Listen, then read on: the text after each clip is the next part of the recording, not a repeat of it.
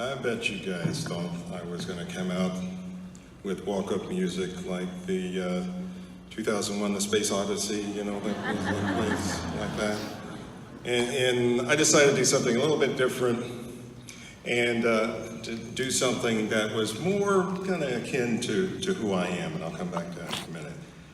I would be remiss if I did not thank Nina and her staff for bringing me here to speak to you today about something that's dear to my heart, and that is dreaming and education. When I look at education, I look at education as a way in which we can empower those dreams. So I think the topic that you have for your conference is certainly appropriate. So what am I going to talk about? Of course, I'm an astronaut. Got to talk a little bit about space. But more importantly, I want to talk about why I think it's important for you to be meeting today and changing how we educate our kids. The innovative charter programs that you have across the country. But let me go back to why I chose Happy. I chose Happy because of this. When I was young, growing up, I was telling the folks backstage that I actually grew up, born in Texas, but actually grew up on the Navajo Indian Reservation because my mom was an educator and she worked for the Bureau of Indian Affairs out there. And it was out there that I would look up at the heavens and see this view of space. And as I looked at those lights, I would wonder, were some of those lights, planets, were some of those other stars, or some of those other galaxies? And I actually love this particular photo because, believe it or not, if you ever find yourself in an area where you have no light pollution and you're able to look out and look up in the heavens and just, if you could, look up and just draw like a square inch. And imagine in that square inch is this photo that I'm showing you right now. And in that represents millions of stars, hundreds of galaxies. And just imagine if you turn around and look 360 degrees and realize that in every point of space, there's this type of stars and lights and planets that fulfill it. So I'm happy about that. This happiness led me to fall in love with the space program. In 1969, we landed on the moon. And when Neil Armstrong and Buzz Aldrin landed on the moon, and those fabulous words, one small step, one giant step for mankind, it was a giant leap for this little boy to look at the heavens and want to follow in their footsteps. That was 1969. So what's happening now? We have a space station that's up, where we have astronauts, about 6 or 7 of them there, 24/7, 365 days a year. There are plans just recently announced to go back to the moon and then perhaps even go to Mars. What's next? What next is we have companies, not just governments, that are interested in building the next generation space shuttle. And so we have people like Elon Musk with SpaceX and Jeff Bezos with Blue Horizon and the Boeing Corporation, all looking for better ways in which to get us into low Earth orbit, to get us to the space station and beyond.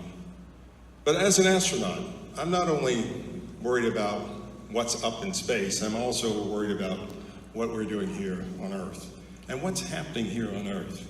Well, over the last 10 years or so, we've had companies like Google and Microsoft and LinkedIn and, of course, that famous Twitter that our president is making very famous these days. We've had the advent of the iPhone and the iPad that has brought about just new imaginings, new apps, which allows us to not only do financial things, but to do medical things. In fact, I'm a medical doctor involved in telemedicine. We do that on these devices. And then I ask myself, then, what's next? Well, you probably heard about Bitcoin. And Bitcoin has started things, us talking about things like blockchain, and then there's AI, or artificial intelligence, natural language processing, disruptive technologies of all the like. And with all of that, sort of setting the stage for this afternoon's talk, I asked you this question. Are we and our students and our youth, our children, prepared for that future? In essence, that now. So as I poll that question, I want you to think about it during the rest of my presentation, because I'm going to ask you that question again, and we're going to do a poll to see how this audience fares on this question. But now I want to turn my attention to some other questions. And those are questions that I get as an astronaut. Dr. Harris, you've been in space. What was it like to travel in space? You've been an astronaut. Have you seen any aliens in space? And I have to say no, but some of the astronauts that I fly with are kind of strange. And then probably the question I get asked most, whether it's a 5-year-old or a 65-year-old, is how do you go to the bathroom in space? I don't know what it is about that question, but everybody wants to know about those bodily functions. And so I'm not going to talk about that at all. But I do want to spend a few minutes talking with you and sharing with you my experience of blasting in space. In fact, that's probably the real reason why you invited me to come this evening, is to give you the experience of what it's like to travel in space. Again, in this slide, you'll see the original 7. Those were the astronauts that were initially selected by the space program. And you notice something about this slide that's a little different than this slide here, which is the slide of my class. Well, the big deal, of course, it's in color. And what I mean by that, there are Latinos. You can applaud that.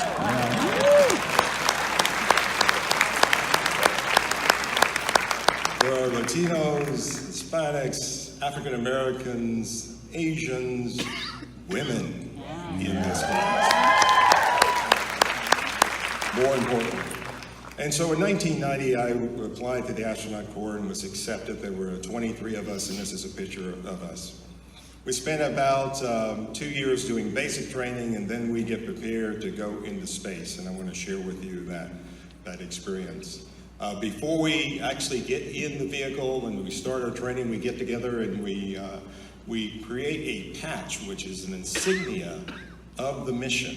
And you'll see that here on the right side of this slide. And you'll notice that there is an American and Russian flag, because we were the first shuttle to go to the Russian space station. You'll notice that there's a depiction of the Russian station and then the space shuttle for that. And in this slide is the symbol for the mission number. And here's your first or your second question for today. And that is, the mission number is 63. And I would like you to take a look at this patch and see if you can find the symbol for the 6 and 3. And when you see it, or yell it out if you would. 3 stars. That's right, and 6 rays of the sun. Well, you know, that's all well and good, but you know the most important thing about this patch is that it has my name on it, right there. So let's go to space. We're going to do a quick little countdown here. So I got to turn it up so you can really get the feel for what it's like to blast. 5, 4, 3, 2, 1. You feel that for us? Liftoff. We have liftoff. Houston now controlling. Houston shuttle, roll program. Roger, roll maneuver. Already 7 miles away from the Kennedy Space Center at an altitude of 5 miles. So people always want to know what it's like to be inside of that. Well, I like to tell you that when those engines light, you're leaving this planet and nothing's going to hold you to it. It's an incredible ride. As you get pushed back in your seat, about 3 times your weight, so 3 Gs. And within 1 or 2 minutes, we reach an altitude of 100,000 feet, and that's this point that they just showed on the slide, where we drop off the solid rocket motors, we actually recover those, and then we go on into space. Another 6.5 minutes, we get safely locked in orbit, and then we drop off the external tank. You'll see the shuttle, kind of winding off of that tank as the tank falls back into the atmosphere and burns up on the way in. So if you were doing your math, it was a total of 8.5 minutes. In that 8.5 minutes, we go from being pushed back in my seat to 3.5 times our weight, so I weigh around 225 pounds and increasing. So you multiply that times 3.5 and you get to, about 1,000 pounds is what the force feels like under the liftoff. So we go from that force to zero gravity in a split second, and everything floats. It was just incredible to have that first experience up there. And then, I love this slide. This was the first photo that I took on my first mission out the cargo bay window. And you can see that we fly upside down to the Earth, and you can see the sun in the background, but more importantly, you'll see that the Earth is indeed round for you Flat Earth Society members who are left out there. So let me share with you our crew. So on the left side of the slide here is the crew on the ground. And you'll notice that we have 2 suits, or launch and entry suits. The suits we go into space and come from space, they weigh 125 pounds. Those are the orange ones. And the suits at the top are our EVA suits. Those are used to do our spacewalk, and they weigh 350 pounds. Wow. Take a look at our faces, if you would, and then flip over to the right, and you'll see that, you'll notice that our eyes get a little puffy and that get a little narrow. You'll notice a person, and let me identify Eileen Collins, who was the first female pilot and commander of a space shuttle mission. She is a young lady right below me. Look at her hair before, and look at her hair after. She developed an instant afro. So the puffiness in the face, let me just explain that, comes from a fluid shift. As you're sitting here, about 1/5 of your blood volumes in your lower extremity held down there by gravity. When you go into space, that floats up toward your head. That extra fluid gets in the tissues of the face, and it causes your face to swell. It causes a swelling in the brain. That is now causing some issues with our international crew, with them developing blind spots in space, about 30% of the crew, because of that increase in intracranial pressure. We also lose 1% of bone per month, 15% of our muscle mass, and all of those medical, physiological changes occur because we have taken the big G out of the equation of the physiology and everything that we do up there. And you know, all that physiology stuff, you know what I call that? As a medical doctor, job security. So here's me examining one of our crew members. Here is me, actually a photo that I took when we went to the Mir space station, and you'll see the guy who spent the most time in space ever, 422 days, who happens to be another physician, Dr. Polenikov, and you'll see a view from about 1.5 miles from the International Space Station. As you heard in my introduction that I did a spacewalk. This is us in the airlock, and then a couple of photos with us hanging out in space, which is kind of cool. Wow. I have another one that I show because they said I only had 20 minutes. So I didn't get to show all of that. But it was beautiful. If I had showed it, you'd be going, whoa. How about this one? It's kind of cool. So this is Aurora Borealis from space. And just a couple of other photos. I wanted to show you daytime and nighttime at the same time. And that is the slide that's there to your right, lower right. You'll see again Aurora Borealis, and you'll see a dust storm in the upper left, which is coming off the Sahara Desert, and that dust storm is up to 50,000 feet. That dust will go completely over the Atlantic Ocean and dump here in the Americas. And then one of the most beautiful views of the Mir space station as we are getting for our close approach. Now, I mentioned, let's see if we can get this to work. If I press the right button, we can. So it was mentioned earlier that I had traveled 400 and something miles and traveled 7.2 million miles. How do I do that? It's because we go awfully fast, 17,500 miles an hour. And at 17,500 miles an hour, we can go around the world every 90 minutes. We get to see a sunset or sunrise every 45 minutes. And what I'd like to show you right now is a sunrise from space. At the end of this, I want everybody to say, wow.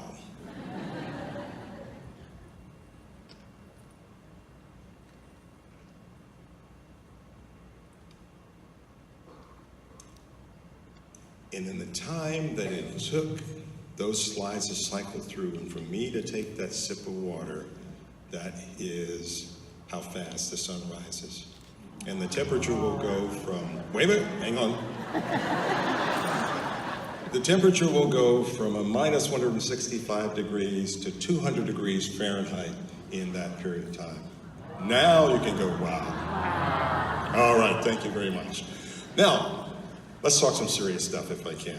Let's go back to this question. Here's a poll. How many of you think that we in our youth are prepared for this future, for this now? Let me see a show of hands if I can. All right. Okay, just a few. How many think that we are not prepared? Raise your hand. Okay. Well, that's why I'm here. That's why I run the National Math and Science Initiative.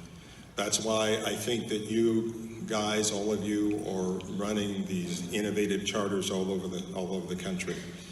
We have to prepare our kids now for jobs that don't exist today. If you think about it, 15 years ago, there was no such thing as Facebook or Twitter or, any of these things that our kids are involved in. We didn't have the iPhone and the iPads, and just think about that. So we have to prepare them, and that means that they have to have this baseline of education in which STEM is at the heart of it. And so that's what we do in the Math and Science Initiative. When I look at those things that are important for us to teach our kids, I guess this statement is something that I believe is true. That no matter what job that they're going to be involved in, it's going to involve STEM.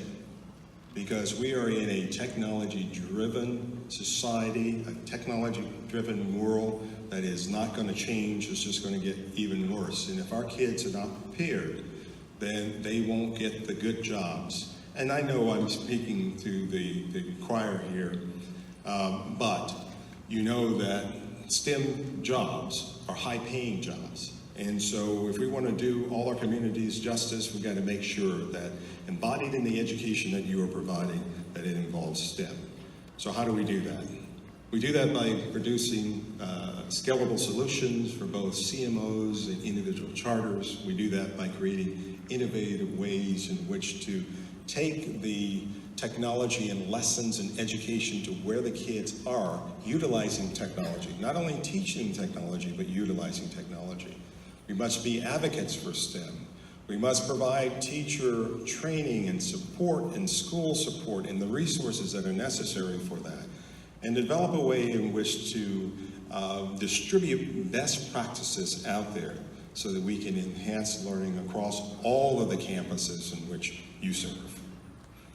So it is a challenge. It's a STEM challenge.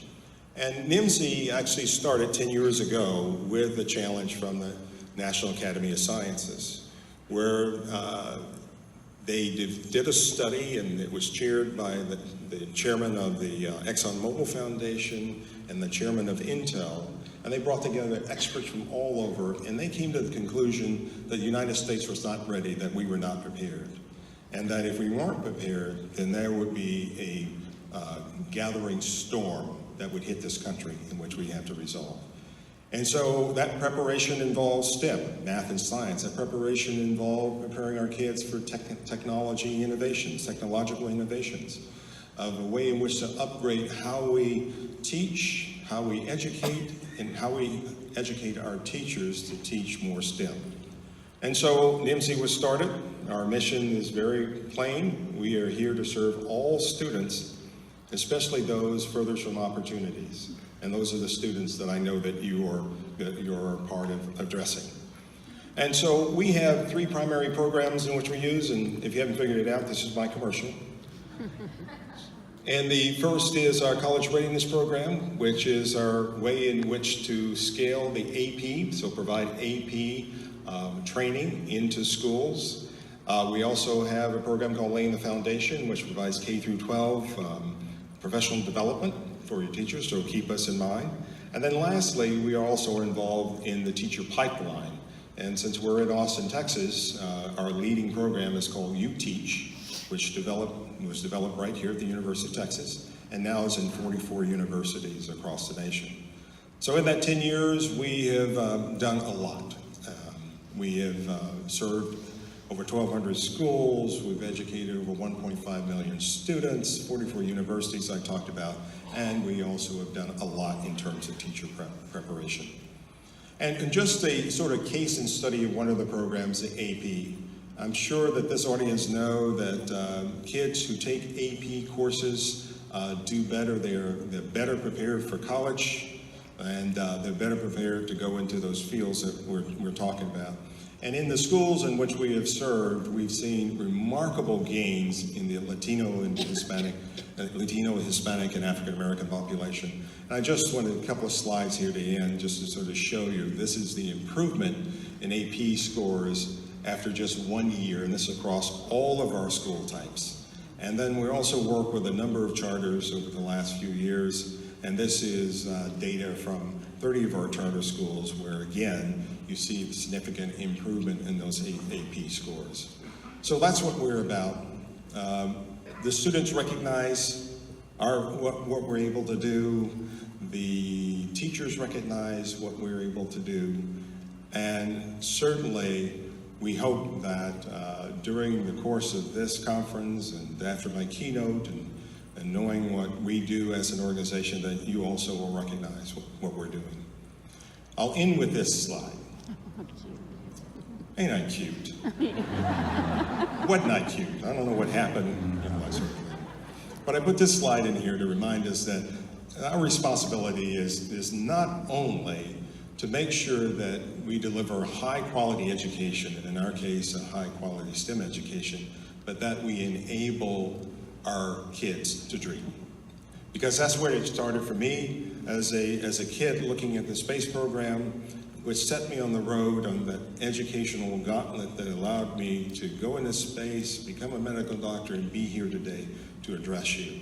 It's about making sure that they feel empowered. Now, this is a poster that I take around with me, especially when I talk to kids and try to inspire them. And it says, for those who can't see it in the back, that I am an infinite being with infinite possibilities. And what that means is that these kids, well, you know, before I do that, I know I've run out of time. I got 0 on my clock. Can you give me 1 more minute? I want to do something with you if I can. What I do with the kids is I have them repeat this, and I love this audience, so I know you guys are going to do real well. So what I do is I have the kids stand up, and I'm not going to have you stand up, you can just sit there, and I tell them to repeat after me. So I'm going to ask you to do that, if you would. Would you repeat after me? I'm an infinite being with infinite possibilities. I'm an infinite being with infinite possibilities. I think it's about 2,000 of you here, and that did not move me at all. So I want you to say it, and let's rock the house here. I'm an infinite being. I'm an infinite being with infinite possibilities. with infinite possibilities. Good. So let me tell you what that means. That means that each and every one of you in this room and the students in which you serve are born multi-potential with the ability to do anything that they can do in life, they want to do in life. It means that they are born multi-talented with certain talents that are uniquely theirs, and they can use something called a brain that allows them to learn other talents and other skills. That's what we are about in helping them learn those skills and abilities. And more importantly, and this is a message that I think needs to go to all of our kids, especially the kids in which you serve, is that they were born for a reason, that there is a reason that they are here. And when you can applaud to that.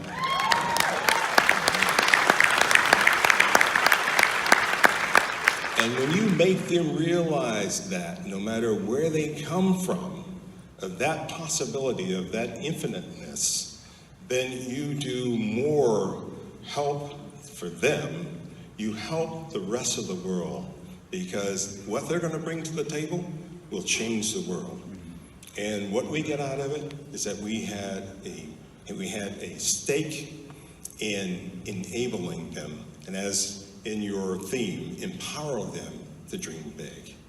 I want to thank you for your time this evening, this afternoon. Thank you very much. God bless you.